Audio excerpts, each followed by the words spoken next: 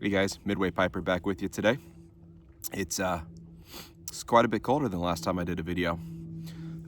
It's about 32 degrees right now, so it's a bit chilly. But as you can see behind me, the sun is shining. So what more could you ask for? Before we get into the video, today is going to be a pipes and books edition.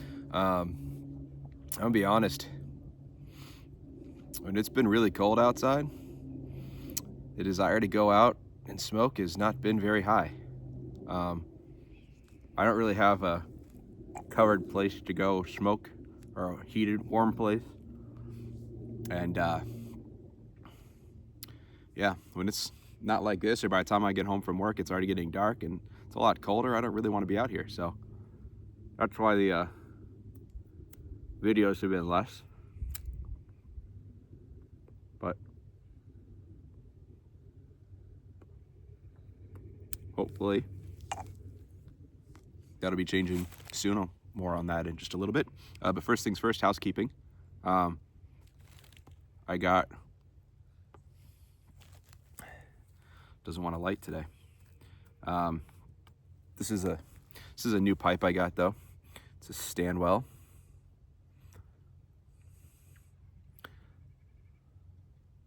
It's a beautiful, beautiful pipe.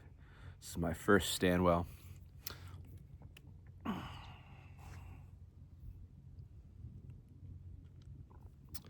And oh,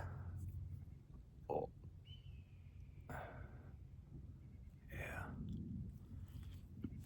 got this Pipes and Cigars, I think. It was on sale for like 60 bucks, which was phenomenal.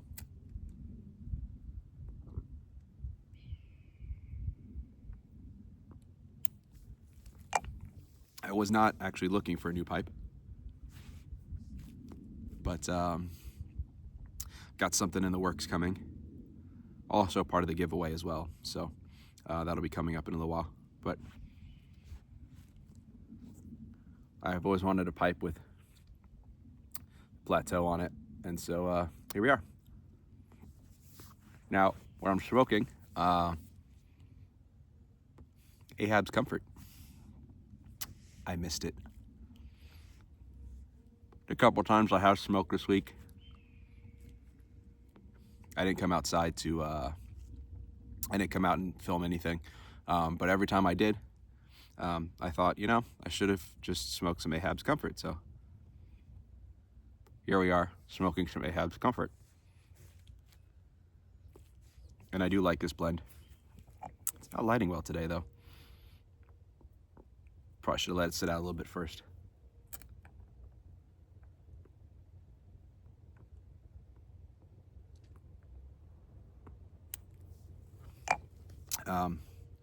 Those of you not familiar, it's Watch City Cigar.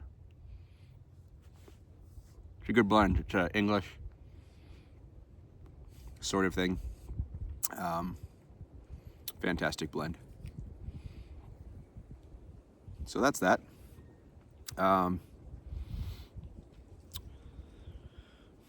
What have I been working on this week? So my wife, I think I mentioned in a previous video, wants to turn a chunk of the basement into a craft room for her quilting and such. She ordered the tables, got all that sort of set up down there. We just need, we're waiting for an electrician to come in and put new outlets in and things of that sort. So that'll happen hopefully in the next couple weeks. Get things set up where she wants them for that craft space. Along the lines of when that's happening, on the outside of that wall of that house actually is where our little patio is. And I think what we're going to do is I'm going to have them put a hole in the wall and put an outdoor outlet. And then that way I can put up a little gazebo type thing on the patio and a heat lamp. And I'll have an outdoor semi-warmer smoking area Kind of like what Paladin has, Paladin Piper, on his outdoor videos. Except instead of a giant fireplace, I'll have like one of those UV heat lamp things. That's the goal, at least. So we'll see. And then I was gonna section off a little bit of the basement and make sort of my man cave study area. I think I talked about in a previous video as well. And then it finally dawned on me. I don't know what took so long for that to dawn on me. Since my wife is gonna be moving her computer downstairs for crafting stuff, she said she's also just gonna, I said, do you want, another monitor down there so you can work upstairs and then, on for actual work, and then, move your laptop downstairs for the crafting stuff. She said, no, I'm just gonna do everything downstairs going forward. So it finally dawned on me, I get my office space back.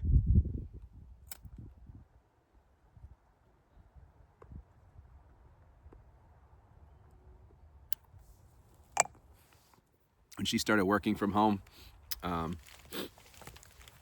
around the time of COVID, which she still continues to do now, I lost the office space. She took over the desk, all of her stuff, and that's all getting moved down to the basement now, so I'm going to have the office back, and I'm super excited about that. So I don't need to build out a section of the basement for myself. I'll have the upstairs office, and I'm super excited about that. So I've started sort of rearranging the office a little bit. She hasn't moved any of her stuff out yet. She's not going to until the outlets are installed, but I'm getting a jump start. So that's been kind of exciting, rearranging a lot of the books and bookshelves in there. There's a big kind of like a hutch shelf unit kind of thing that's in there, and it's, to be honest, it's just always just been a catch-all for everything. Just always got crap on top of it, and so I pretty much cleared that out, and it's I'm gonna move that out of the office, and I'm gonna get me a nice comfy recliner and put that in there. There's already a couch in there. I find it very uncomfortable to sit on, but it is a fold-out bed for when my parents come to visit or if somebody else comes to visit. That's our only guest bed, so I can't really get rid of it, even though I dislike it immensely. So I'm gonna get me a nice comfy recliner chair, and that'll be sort of my reading chair for the less casual stuff, and then for the more casual stuff, and then the more serious stuff. When I'm doing the Bible readings and such, I can have multiple books spread out on the desk, so that'll be good for cross-referencing kind of stuff. So I'm pretty excited about that. Debating if I'm going to repaint any of it.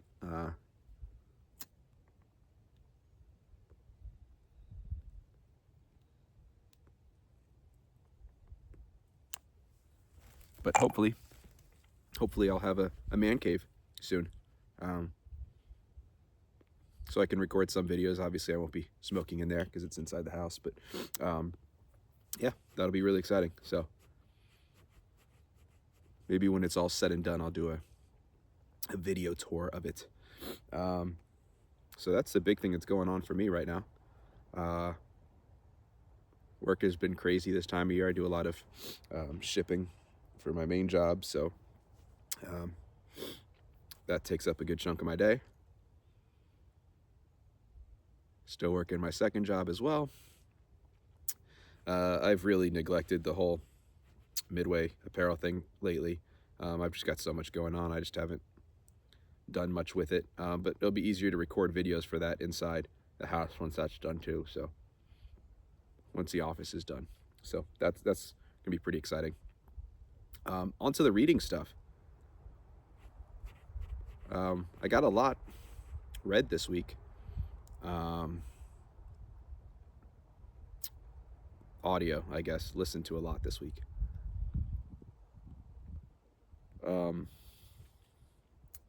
One of the books is completely new. I've had it for quite a while. It sounded interesting. It was actually an interesting book. I'll show you that in a minute. So that was the one that was like kind of completely fresh and new. And the other four, yeah, the other four books were kind of rereads. I know it sounds like a lot of books to finish this week, but it'll make more sense in a minute when I show you what it actually is. So,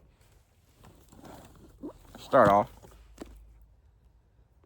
This is the fresh book that I picked up a long time ago and read this week. Oh man, that sun. It's got one of those library covers on it, so it's super reflective. But The Professor and the Madman, tale of murder, insanity, and the making of the Oxford English Dictionary, by Simon, I don't know, it's backwards as I'm seeing it on the screen right now, but you can see it. That sounds like a horribly boring book about the creation of the Oxford English Dictionary. This is a great read. This was a really, really fun read. It's not super long, 230 pages. But it sort of talks about the creation of the Oxford English Dictionary, but more so it focuses on one of the contributors to the Oxford English Dictionary, who was actually a U.S. citizen, military man who had some mental problems, and when he was in England, he had sort of one of his attacks, and he actually pulled a gun and killed a guy. And so he spent most of his life after that, and even some prior to that, in insane asylums. He spent a good chunk of his life, the majority of his life after that, in asylums. But he became one of the leading contributors of words and sentences, using the words and uses of the words, to the Oxford English Dictionary. He would send in all this information as the dictionary was being created, so he was a major contributor. And the guys that were putting it together reached out, and they wanted to finally meet him, and he always declined their invitations. And so one of the guys finally went out to go meet him, and discovered upon arrival that his address was actually an insane asylum. And the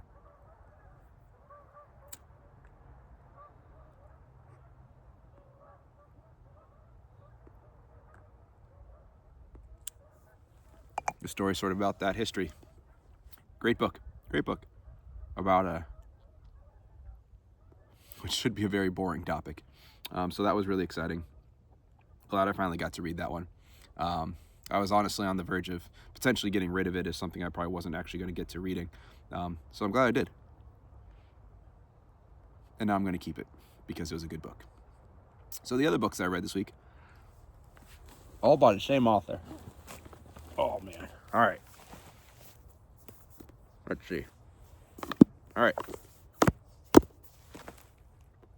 So these books are all written by a guy named Mike Viking. It's spelled weird, so if you're interested in checking out any of these books, that's the name. And as you can see, he's the CEO of the Happiness Institute in Copenhagen. And this was his first book. It's called The Little Book of Hygge, which is Danish Secrets to Happy Living. And, these aren't... They're beautifully designed books. There's not super intense stuff. So this book is about essentially creating a happy place for yourself, comfortable place. Probably part of the inspiration to why I want to completely redo The Office at this point. Good book. Good book. So I finished that one. I've read these all before. So this, I just sort of did a recap of them through audio. The second book is the little book of Luca, Secrets to the World's Happiest People. So Danish, Scandinavian countries in general often rank the highest in the World Happiness Report. So this book is a little bit about why it is that Scandinavian countries often are considered some of the happiest countries in the world, not necessarily because each individual themselves is super happy, outgoing, and loves to be around people. So it gets a little bit deeper into why Scandinavian culture, especially Danish culture, is often viewed as one of the sort of happiest cultures. So these are all, as you can tell by the appearance of them, they're all a set, very similar. So I read that one again as well.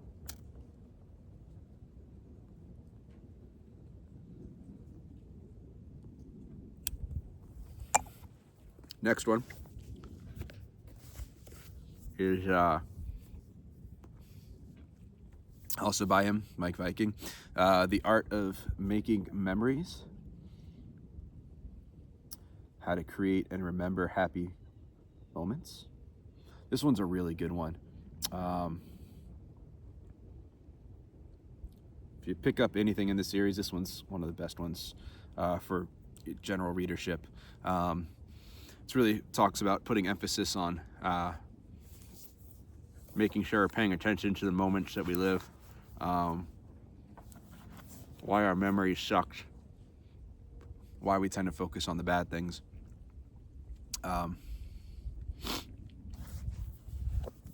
Happiness is something that I need to work on more. I think I'm one of those constantly disgruntled people. So, this is a good, maybe yearly reread reminder. And then finally,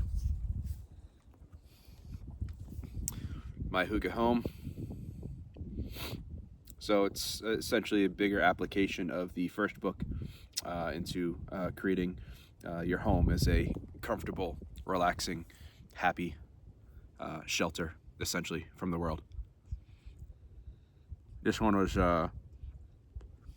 put out, I believe it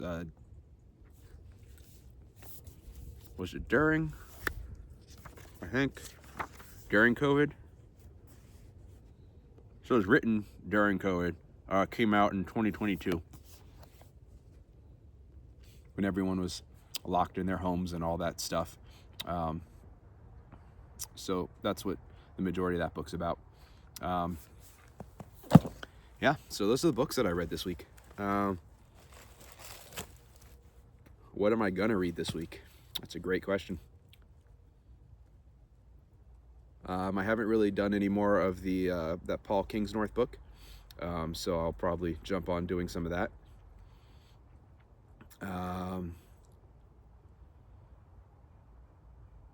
More of the J.C. Ryle stuff, I'll be reading through that as well.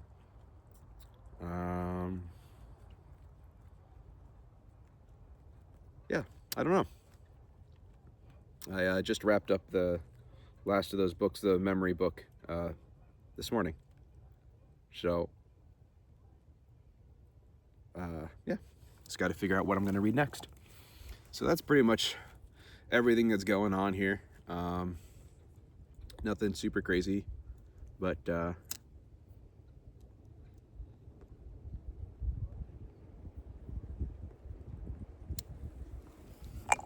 my son was sick last week, so that sucked. And he missed school on Tuesday and Wednesday. Back yesterday, back today. He's getting his tonsils out later this month. So Monday we're going into New York City. And man, that wind. Monday we're going into New York City. I'm gonna go on a tour of the hospital that they'll be doing the surgery at. We got him approved to spend the night after surgery at the hospital. I have on my side of the family, there's a history of excessive bleeding after tonsil removal. I was fine when I had mine out, but it is something to be aware of. So we got him to spend the night there. So he gets to go see that on Monday. And then afterwards, we have a meeting with a hematologist. So we had blood work done to see if there are any risk factors that he might have individually before going into surgery. So I sent that off to Columbia Hospital, where surgery is going to be, and the hematologist called and they want to meet us. I don't know what that means necessarily, to go over the results of that on Monday as well. So yeah, that'll be fun going into the city. And normally I prefer to take a train into the city, and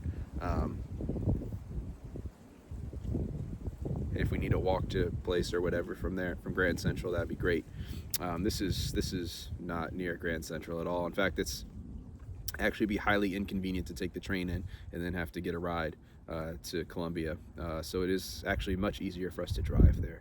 So, yeehaw! We're driving to Columbia Hospital. Woohoo!